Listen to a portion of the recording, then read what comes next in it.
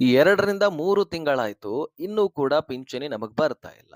ಈ ರೀತಿ ಕಮೆಂಟ್‌ಗಳು ಬಹಳಷ್ಟು ಜನರದು ಬಂದಿದೆ. ಹೌದು. ಹಿರಿಯ ನಾಗರಿಕರಂತ್ರು ಈಗ ಬೆಚ್ಚಿ ಬಿದ್ದಿದ್ದಾರೆ. ಯಾಕಂದ್ರೆ ವೆರಿಫಿಕೇಷನ್ ಪರಿಷ್ಕರಣೆ ಆಗ್ತಾ ಇದೆ ಅಲ್ವಾ? ಅದಕ್ಕಾಗಿನೇ ಹೋಲ್ಡ್ ಆಗಿತ್ತು. ಆದ್ರೆ ಈಗ ದುಡ್ಡು ರಿಲೀಸ್ ಆಗ್ತಾ ಇದೆಯಾ ಅಥವಾ ಇಲ್ಲವಾ? ಪಿಂಚಣಿ ಏನಾದ್ರೂ ಹೆಚ್ಚಳ ಮಾಡ್ತಿದ್ದಾರಾ? ಅದು ಕೇಂದ್ರ ಸರ್ಕಾರ ಮಾಡ್ತಿದೆಯಾ ಅಥವಾ ರಾಜ್ಯ ಸರ್ಕಾರ ಮಾಡ್ತಿದೆಯಾ? ಹೆಚ್ಚಳ ಆದ್ರೂ ಎಷ್ಟು ಆಗತ್ತೆ? ಪಿಂಚಣಿಗೆ ನೀವು ದುಡ್ಡು ಜಮಾ ಆಗ್ತಾ ಇಲ್ಲ ಅಂದ್ರೆ ಪಿಂಚಣಿ ನಾವು ಸರಿಯಾಗಿ ಪಡ್ಕೊಳ್ಬೇಕು. ನಮಗೆ ಸರಿಯಾಗಿ ದುಡ್ಡು ಬರ್ತಾ ಇಲ್ಲ. ನಾವ್ ಏನ್ ಮಾಡ್ಬೇಕು ಅನ್ನುವಂತಹ ಪ್ರಶ್ನೆಗಳಲ್ಲೂ ನಿಮ್ಮಲ್ಲಿ ಮೂಡಿದ್ದೆ ಆದ್ರೆ ನೀವು ಈ ವಿಡಿಯೋನ ಕೊನೆವರೆಗೂ ವಾಚ್ ಮಾಡಿ ಸಾಕು.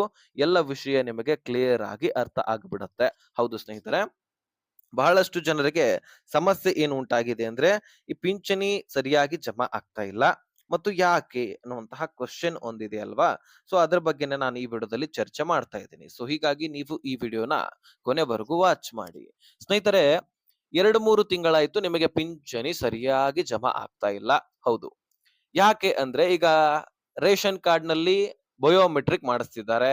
ಜೊತೆಗೆ ರೇಷನ್ ಕಾರ್ಡ್ ಅನ್ನ ಲಕ್ಷಾಂತರ ಫಲಾನುಭವಿಗಳನ್ನ ಹೊರ ಹಾಕ್ತಿದ್ದಾರೆ. ಗೃಹಲಕ್ಷ್ಮಿ ಯೋಜನೆಯಿಂದ ಹೊರ ಹಾಕ್ತಿದ್ದಾರೆ. ಹೀಗೆ ನಾನಾ ರೀತಿಯ ಸಮಸ್ಯೆಗಳು ಈಗ ನಾವೆಲ್ಲರೂ ಕೂಡ ಎದುರಿಸ್ತಾ ಇದ್ದೀವಿ. ಇಲ್ಲಿ ಅರ್ಹತೆ ಹೊಂದಿದವರಿಗೆ ಮಾತ್ರ ದುಡ್ಡು. ಯಾಕಂದ್ರೆ ನೂರಾರು ಕೋಟಿಗಟ್ಟಲೆ ಸರ್ಕಾರಕ್ಕೆ ಪ್ರತಿ ತಿಂಗಳು ಕೂಡ ನಷ್ಟ ಆಗ್ತಿದೆ. ಯಾಕಂದ್ರೆ ಪ್ರತಿ ತಿಂಗಳು ಕೂಡ ದುಡ್ಡನ್ನ ಹಾಕ್ತದೆ ಸರ್ಕಾರ ಪಿಂಚಣಿಯಲ್ಲಿ ಆಗಿರ್ಲಿ ಅಥವಾ ಗೃಹಲಕ್ಷ್ಮಿಯಲ್ಲೇ ಆಗಿರ್ಲಿ. ಗೃಹಲಕ್ಷ್ಮಿಯಲ್ಲಿ ನೀವು ನೋಡಿದ್ದೇ ಆದ್ರೆ ಲಕ್ಷಾಂತರ ಫಲಾನುಭವಿಗಳು ತೀರಿ ಹೋಗಿದ್ದಾರೆ. ಅರ್ಜಿ ಸಲ್ಲಿಸಿದ್ದಾರೆ ಫೇಕ್ ಡಾಕ್ಯುಮೆಂಟ್ಸ್ ಗಳಿಂದ. ಎರಡೆರಡು ರೇಷನ್ ಕಾರ್ಡ್ ಗಳನ್ನ ಒಂದೇ ಮನೆಯಲ್ಲಿ ಹೊಂದಿದ್ದಾರೆ. ಇದರಿಂದ ಏನಾಗಿದೆ, ನೂರಾರು ಕೋಟಿಗಟ್ಟಲೆ ಸರ್ಕಾರಕ್ಕೆ ನಷ್ಟ ಆಗಿದೆ. ಅದರಿಂದ ಇನ್ನೂ ಹೆಚ್ಚಿನ ದುಡ್ಡನ್ನ ಅವ್ರು ಕೊಡಬಹುದಲ್ವಾ? ಮತ್ತೊಂದು ತಿಂಗಳಲ್ಲಿ ಆ ದುಡ್ಡನ್ನ ಯೂಸ್ ಮಾಡ್ಕೊಳ್ಬಹುದಲ್ವಾ? ಸರ್ಕಾರಕ್ಕೆ ನಷ್ಟ ಕಡಿಮೆ ಆಗತ್ತಲ್ವಾ? ಸೊ ಈ ಸಮಸ್ಯೆಯಿಂದಾಗಿ ಸರ್ಕಾರ ಮತ್ತೊಮ್ಮೆ ಅರ್ಜಿ ಸಲ್ಲಿಸಲಿಕ್ಕೆ, ಮತ್ತೊಮ್ಮೆ ಡಾಕ್ಯುಮೆಂಟ್ಸ್ ಕೊಡ್ಲಿಕ್ಕೆ, ಮತ್ತೊಮ್ಮೆ ಬಯೋಮೆಟ್ರಿಕ್ ಮಾಡಿಸ್ಲಿಕ್ಕೆ ಹೇಳಿದ್ರು. ಅದಾದ ಬಳಿಕ ರೇಷನ್ ಕಾರ್ಡ್ ನಲ್ಲಿಯೂ ಕೂಡ ಬಯೋಮೆಟ್ರಿಕ್ ಮಾಡಿಸಿ ಇಲ್ಲಿ ಬರೀ ಮುಖ್ಯಸ್ಥೆಯಿಂದ ಮಾತ್ರ ಗೃಹಲಕ್ಷ್ಮಿಯಲ್ಲಿ ಬಯೋಮೆಟ್ರಿಕ್ ಮಾಡಿಸ್ಕೊಂಡ್ರು. ನೆಕ್ಸ್ಟ್ ರೇಷನ್ ಕಾರ್ಡ್ ನಲ್ಲಿ ಎಲ್ಲ ಕುಟುಂಬಸ್ಥರ ಅಂದ್ರೆ ಈಗ ರೇಷನ್ ಕಾರ್ಡ್ ಗೃಹಲಕ್ಷ್ಮಿಯಲ್ಲಿ ಬಯೋಮೆಟ್ರಿಕ್ ಮಹಿಳೆಯರು ಅಂದ್ರೆ ಮುಖ್ಯಸ್ಥೆ ಮಾಡಿಸಿದ್ದೆ ಆದ್ರೆ ರೇಷನ್ ಕಾರ್ಡ್ ನಲ್ಲಿ ಅವರ ಹೆಸರೇ ಇರೋದಿಲ್ಲ. ಬೇರೆದವರ ಅಂದ್ರೆ ನಿಮ್ಮ ಮನೆಯಲ್ಲಿ ಬೇರೆ ಬೇರೆ ವ್ಯಕ್ತಿಗಳು ತಮ್ಮ ಆಗಿರ್ಲಿ, ಅಣ್ಣ ಆಗಿರ್ಲಿ ಅಥವಾ ತಂದೆ ಆಗಿರ್ಲಿ ಅವರ ಹೆಸರಲ್ಲೇ ಬಯೋಮೆಟ್ರಿಕ್ ಮಾಡಿಸ್ಲಿಕ್ಕೆ ಹೇಳ್ತಾರೆ. ಈ KYC ಮಾಡಿಸ್ಲಿಕ್ಕೆ ಹೇಳ್ತಾರೆ. ಅವಾಗ ನೀವೇನ್ ಮಾಡ್ಬೇಕಾಗತ್ತೆ, ರೇಷನ್ ಅಂಗಡಿಗೆ ಹೋಗಿ ಬಯೋಮೆಟ್ರಿಕ್ ಕೊಟ್ಟು ಈ KYC ಮಾಡಿಸ್ಕೊಳ್ಬಹುದಾಗಿರತ್ತೆ. ಹೌದು. ಒಟ್ಟಾರೆಯಾಗಿ ಬರೀ ಮುಖ್ಯಸ್ಥಯನ್ನ ಅಷ್ಟೇ ಟಾರ್ಗೆಟ್ ಮಾಡ್ತಾ ಇಲ್ಲ. ರೇಷನ್ ನಲ್ಲಿಯೂ ಕೂಡ ಯಾರಾದ್ರೂ ಕುಟುಂಬದಲ್ಲಿ ತೀರಿ ಹೋಗಿರ್ತಾರೆ, ಅವ್ರ ಹೆಸರಲ್ಲೇ ಇನ್ನೂ ಕೂಡ ರೇಷನ್ ಪಡ್ಕೊಳ್ತಿರ್ತೀರಿ. ಆ ಒಂದು ಸಮಸ್ಯೆಯಿಂದಾಗಿ ಏನಾಗತ್ತೆ, ಅವರ ಹೆಸರಿನಲ್ಲಿ ಇನ್ನೂ ಕೂಡ ರೇಷನ್ ಸಿಗ್ತಾ ಇದೆ ಅನ್ನುವಂಥದ್ದು ಸರ್ಕಾರದ ಒಂದು ಅನಿಸಿಕೆ. ಅದಕ್ಕಾಗಿ ರೇಷನ್ ಕಾರ್ಡ್ ನಲ್ಲಿಯೂ ಕೂಡ ಈ KYC ಮಾಡಿಸ್ಲಿಕ್ಕೆ ತಿಳಿಸಿದ್ರು. ಈಗ ಅದೇ ಸೇಮ್ ಟು ಸೇಮ್ ಈಗ ಪಿನ್ ಟು ಪಿನ್ ಏನ್ ಮಾಡ್ತಿದ್ದಾರೆ, ಪಿಂಚಣಿ ಯೋಜನೆಯಲ್ಲಿ ಪರಿಷ್ಕರಣೆ ಪ್ರಾರಂಭಿಸಿದ್ದಾರೆ. ಯಾಕಂದ್ರೆ ಗೃಹಲಕ್ಷ್ಮಿಗಿಂತ ಹೆಚ್ಚಿನ ಸಂಖ್ಯೆ ಈ ಪಿಂಚಣಿ ಯೋಜನೆಯಲ್ಲಿ ನೀವು ಗಮನಿಸಿರಬಹುದು. ಹಿರಿಯ ನಾಗರಿಕರಲ್ಲಿ ಮಹಿಳೆಯರು ಮತ್ತು ಪುರುಷರು, ಅಂಗವಿಕಲರಲ್ಲಿ ಮಹಿಳೆಯರು, ಪುರುಷರು. ಇಲ್ಲಿ ಗೃಹಲಕ್ಷ್ಮಿಯಲ್ಲಿ ಕೇವಲ ಮಹಿಳೆಯರು ಮಾತ್ರ. ಸೊ ಹೀಗಾಗಿ ಇಲ್ಲಿ ಹೆಚ್ಚಿನ ದುಡ್ಡು ಹೋಗ್ತಿರತ್ತೆ ಮತ್ತು ಹೆಚ್ಚು ಫಲಾನುಭವಿಗಳಿದ್ದಾರೆ. ಹಾಗಾಗಿ ಇಲ್ಲಿ ಪರಿಷ್ಕರಣೆ ವೆರಿಫಿಕೇಶನ್ ಆಗ್ಲೇಬೇಕು.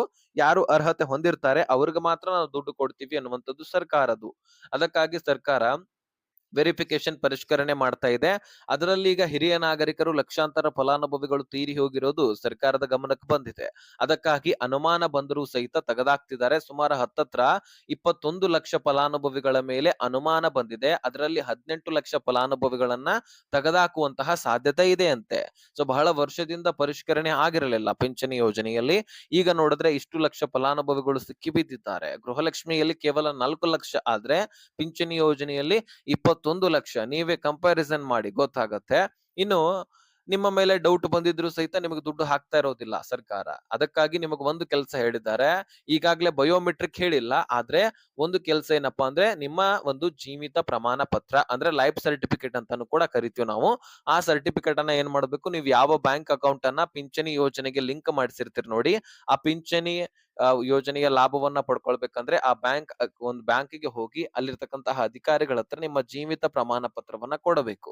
ಅವರು ಅದರ ಬಗ್ಗೆ ಪರಿಶೀಲಿಸಿ ಅದನ್ನ ಮೇಲಧಿಕಾರಿಗಳಿಗೆ ಕಳುಹಿಸಿ ಮತ್ತೆ ನಿಮಗೆ ಪಿಂಚಣಿ ಜಮಾ ಆಗುವ ಹಾಗೆ ಮಾಡ್ತಾರೆ.